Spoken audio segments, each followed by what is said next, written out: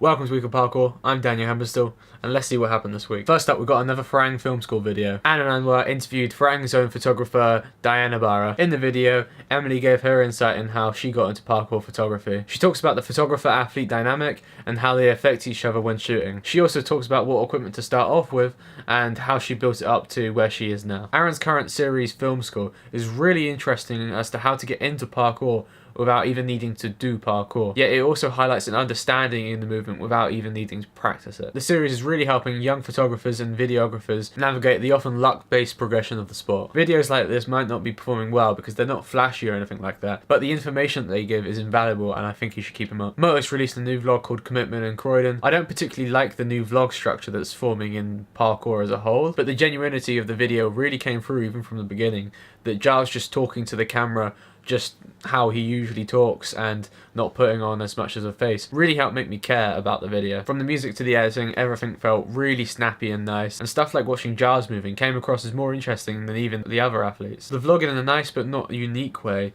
really helped put across how training sessions usually go. I think Giles should keep putting these out, maybe not every week or every day, but keeping it to the point that you still feel the thoughtfulness of the edit still being there, really getting across that snapshot of life that vlogs are trying to do. The Try Hard Collective put out a new video.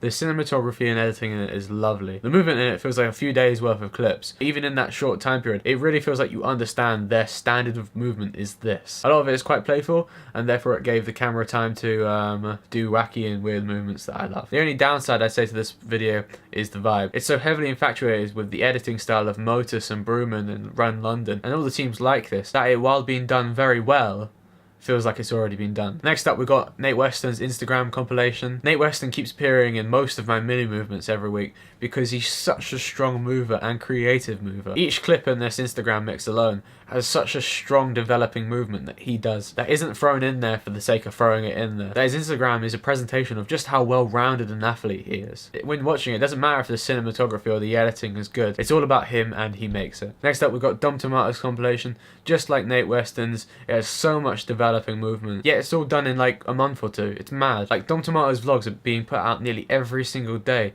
and yet it's starting to really show progress in his movement, that you can see a month of his movement and just how far it's progressed. And it's something that's so hard to do that must be so strenuous for him. He's making that development that is getting him to be one of the best parkour athletes in like the world. Like in last year alone, he had so many injuries and just kept bouncing back from it. And he is an example of consistency being key. And I'll keep the mini movements short this week. We've got Lincoln Powell doing 13 flyaway regrabs in a row, and Ilya Moverhead doing a double front gap, which is huge. That's it for this week of parkour. I'm Daniel Hamberstill. If you have a video you want me to watch, put it in the link down below.